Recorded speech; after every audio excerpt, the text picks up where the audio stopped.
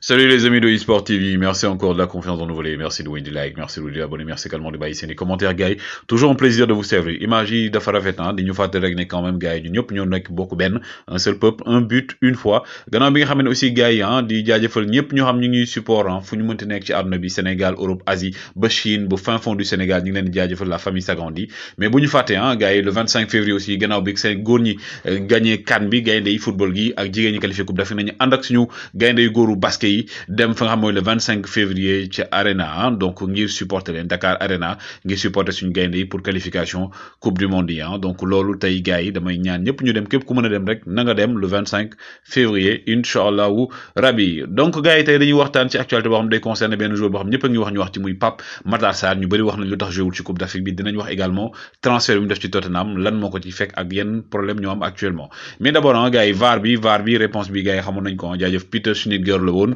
di jaajëfal ñëpp ñi nga xam ne tontu nañ ci. Donc VAR bi également aujourd'hui dama leen di fàttali ah dañuy wax fàttali ah tey li ma leen di fàttali gars yi mooy lii nii gars yi ku nekk jaar nga ci surtout ñuy football ah jamonoy perpe et tout gars yi bu la amee seen i anecdote ah baby foot bi xeex yi xuloo yi jeux yi ak yooyu yëpp gars yi seen anecdote yi nga xam ne am ngeen ko ci baby foot bi. Et aussi VAR bi tey kii laay laaj kii mooy kan indice mi leen jox na gars yi mooy que ni kii moom doomam joueur bu mag a mag la mais mu mujjul jouer Sénégal nag mais joué na France mais moom it également grand joueur la woon ah joué na milieu de terrain joué na attaquant joué na défenseur moom également donc joué na équipe nationale du Sénégal nekkoon na sax capitaine équipe nationale du Sénégal gars yi kii kan la kii moom kan la. Donc information également waa Maroc mi nga xam ne seen ñaari joueur muy Sofiane Boufal ak Sofiane Chakla gannaaw xeex yi amoon ak seen équipe dañ leen ajoon finalement nag bonne nouvelle mooy waa CAF dàq nañ décision boobu maanaam ñoom match bi nga xam ne am na ci coupe du monde ñoo Congo dinañ mën a jouer également den fàttali ki nga xam ne mooy donc Edouard Mendy 8 derniers clean sheet yi nga xam ne def na ko ci Ligue des champions mi ngi nii ah match yi mu joueur yi mu dajeel équipe yi mu dajeel bokk ak clean sheet yi mu def mi ngi nii. Mais keneen ki nga xam ne aussi baat na record mooy que ne 4 derniers matchs yi nga xam ne joué nañ ko ci Ligue des champions waa Chelsea yëpp moom moo jël man of the match mooy kan mooy N'Golo Kanté félicitations à N'Golo Kanté également muy def liggéey bu rëy waa Chelsea ba tey gis ngeen li ngeen gis nii muy kii wut emblème bi nekk seen digg maillot bi donc di mu représenter nga gagné nañ coupe du monde des clubs ñoom nag waa Angleterre permettre nañ leen ñu jouer ko saison bi yëpp gannaaw ba nga xamee ne 2008 ak 2019 Manchester ak Liverpool ñaanoon nañ lu ni mel ñu dàqal leen ko mais ñoom may nañ leen ko. Lii aussi mooy liste entraîneurs yi selon le journal The Sun moom mooy entraîneurs yi nga xam ne ñoo gën a ëpp lu ñu di fay ci Angleterre ñu ngi nii donc De Sun moo ko wane woon ki ngeen gis nii nag donc di Palhinha du joueur foofu noonu te Sporting te Portugal milieu portugais la moom actuellement selon les informations day dem fin de saison fa nga xam ne mooy Manchester United en tout cas ñoom ñooy favori pour jënd ko. Ki nga xam ne également di Ekitike donc di joueur boo xam ne tey mën nañ ne c'est le futur Mbappé loolu ak gars yi jàppee moom fi mu ne nii gannaaw waa Angleterre ñu ngi koy bëgg a xëcc waa Paris Saint-Germain également teg nañu seen gët moom mi nga xam ne jamono ji sax dafa nekk ci blessure. Mais aussi supporter Barcelone yi ak supporter Real yi classico bi retour bi finalement le 21 mars lay am te Santiago Bernabéu donc match retour bi diggante Barcelone ak Real de Madrid match bi nar naa tàng ki ngeen kii nag xam ngeen ko donc Alain Giresse nekkoon na entraîneur équipe nationale du Sénégal moom finalement gars yi gannaaw ba mu chômé ba sonn fi mu ne nii Kosovo la nekk moom léegi moom mooy sélectionneur waa Kosovo ki nga xam mooy Alain Giresse. Ki ngeen gis ne également di Mikel Arteta selon les informations Arsenal da ko bëgg a prolonger le contrat proposé contrat bu 3 ans di ko fay 10 millions d'euros par an en tout cas loolu lañ koy proposé. Beneen entraîneur boo xam ne gars yi tey dinañ ci wax mooy kii di Conte nee na lan tu peux te tromper sur ta femme mais pas sur ton buteur moom nee na mën nga juum ci sa jabar ji ngay tagg waaye sa attaquant wala sa góol mënoo cee juum donc loolu dañuy indi ñu wax ci nga xam mooy Pape Matar Sarr gars yi xam ngeen ko Pape Matar Sarr donc dafa signé fa nga xam ne moom mooy ci Tottenham moo ko àll ñi nga xam ne moom mooy Metz bi nga xam ne fa la nekk. Pape Matar Sarr nag gars yi ci rappel donc il est né le 14 septembre 2002 Pape Matar Sarr nag gars yi ñu ngi naan doomu Thiès c'est vrai waa Thiès la fa la màggee fa la yoroo mais il est né à Thiaroye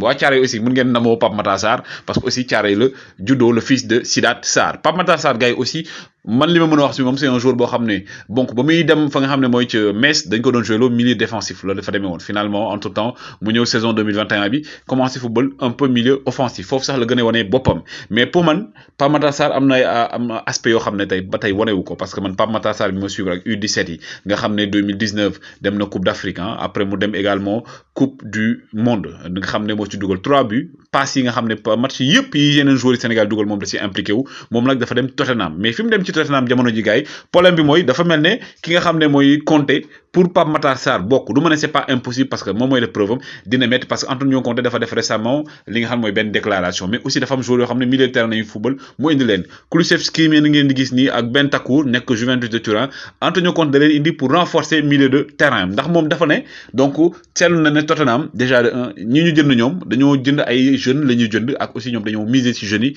te moom pour nga am équipe boo xam da ngay teel a mën a gagner ay trophées teel a performant il faut nga am ay joueurs yu am expérience donc Pape Matar Sarr tey est-ce que dana mën a imposer wu ci Tottenham loolu question la gars yi damay laaj question la mu leer encore une fois mais aussi est-ce que tey dina am temps de jeu bi nga xam ne mën na ko mën a am fa nga xam ne mooy ca Tottenham mais aussi li inquiété gars yi mooy Pape Matar Sarr dafa am ay interview yoo xam ne daf ko def ci benn interview mu ne moom bëggul musculation wala boog nekkul loo xam ne bëgg na ko mais xam na ne aussi lu mu war a liggéey la alors que xam ngeen ne championnat Angleterre dafa nekk championnat boo xam ne c'est un championnat physique vivace et rapide mais tu as besoin également nga am force nga am doole donc loolu aussi di indi ay inquiétude ci joue Pape Matar Sarr donc est-ce que dina mën a imposer wu ci Tottenham mais aussi c'est un gosse boo xam ne pour man insouciance bi nekk ci ki nga xam mooy Bamba Dieng bu nekkee ci Pape Matar Sarr pour man c'est un très grand bon joueur un très bon joueur mais aussi un très grand joueur mën naa ne sax comme ni ma defee erreur bi très bon grand joueur comme on le dit parce que lu tax moo ko il a une puissance de frappe boo xam ne booy bi dafa am puissance de frappe Pape Matar Sarr coup franc ñi seetaan U17 yi wala daan seetaan aussi également génération foot bi nga xam ne aussi fa la jaar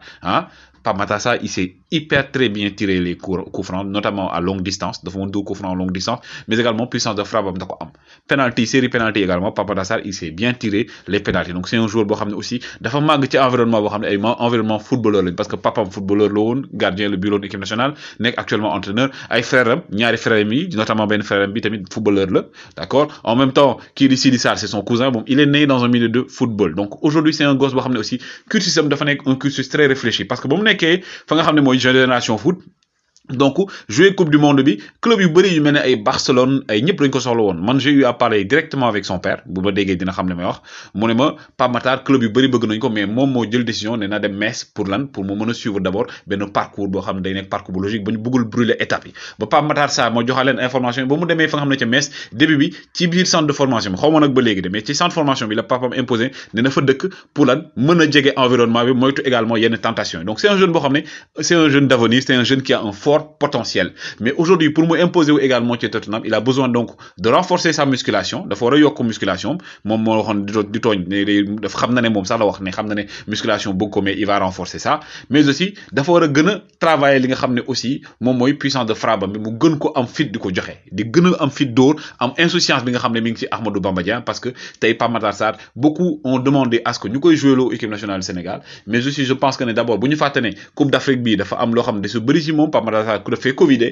am na fi Covid amoon na fi également ay problème physique ay moment donc au fur et à mesure nag ñu doon dem ci Coupe d'Afrique bi c'est la commencé di jëlaat forme mais aussi on n'a pas eu l'opportunité de le voir parce que moment bi nga xam ne aussi dafa jógee Covid ak tout am na yeneen joueurs yoo xam ne dañoo imposé wu benn Nampalys Mendy imposé wu Pape Alassane Gueye ñëw imposé wu donc aujourd'hui Pape Matar Sarr mënu woon dugg ci rotation mais quand même barrage yaa ngi ñëw après barrage yu Coupe d'Afrique baa ngi ñëw ci génération la bokk moom moo war a imposé boppam mais bu demee Tottenham aussi il faut que mu joxe à 1000% pour essayer ak espérer jouer ci équipe bu Tottenham bu fekkee nag dem na fa gars yi gis na ne Tottenham bi il ne compte pas sur lui man li ma koy ñaan mooy que ne bon c'est son entourage et tout peut-être dinañ ci xalaat mu dem benn club boo xam ne également day gën a am temps de jeu def également comme ni ki nga xam ne Ismaïla Sarr noonu def ba mu jógee ren dafa dem Watford gars yi naan war woon ne Watford mais fi mu ne nii dem na Watford am na expérience xam na ni championnat bi demee xam na haute compétition ni muy demee ci Angleterre bu fa jógee mën na dem ci beneen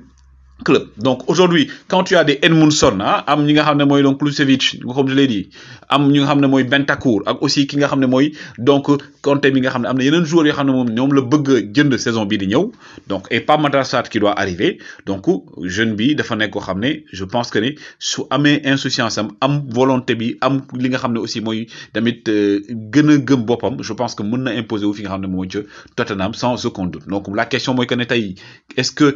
Antonio Conte réellement de Pape Matar Sarr ça déjà c'est la question parce que moom boo ko déggee mu wax gars yi jur na polémique mu ne dafa ñëw fekk Tottenham comme je l'ai dit tout à l'heure en politique boo xam ne ñoom politique basée sur la jeunesse la moom li mu bëgg mooy que ne bu fekkee Tottenham dafa bëgg am ay résultats il faut que mu am ay joueurs yoo xam ne ay cadres la ñoo xam ne am nañ expérience am nañ aussi vécu par rapport ak autres compétitions yi donc aujourd'hui la balle est dans le camp de Pape Matar Sarr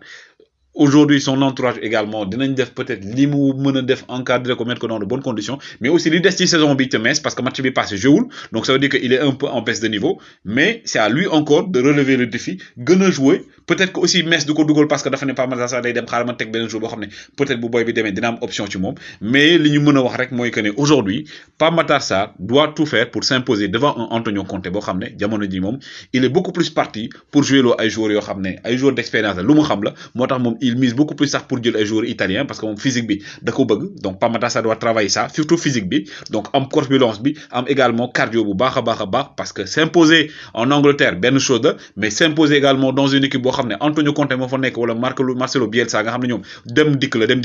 dina xaw a jafe mais il peut le faire Pape Matar Sarr qui fait partie des futurs grands de l'équipe nationale du Sénégal donc espoir la ci moom en tout cas gars yi c'était un plaisir di leen tàggoog photo bi di leen wan ne kaay bojo yi seen bàyyi ngi nii woy leen di like woy leen di abonner toujours un plaisir de vous servir jaa ngeen jëf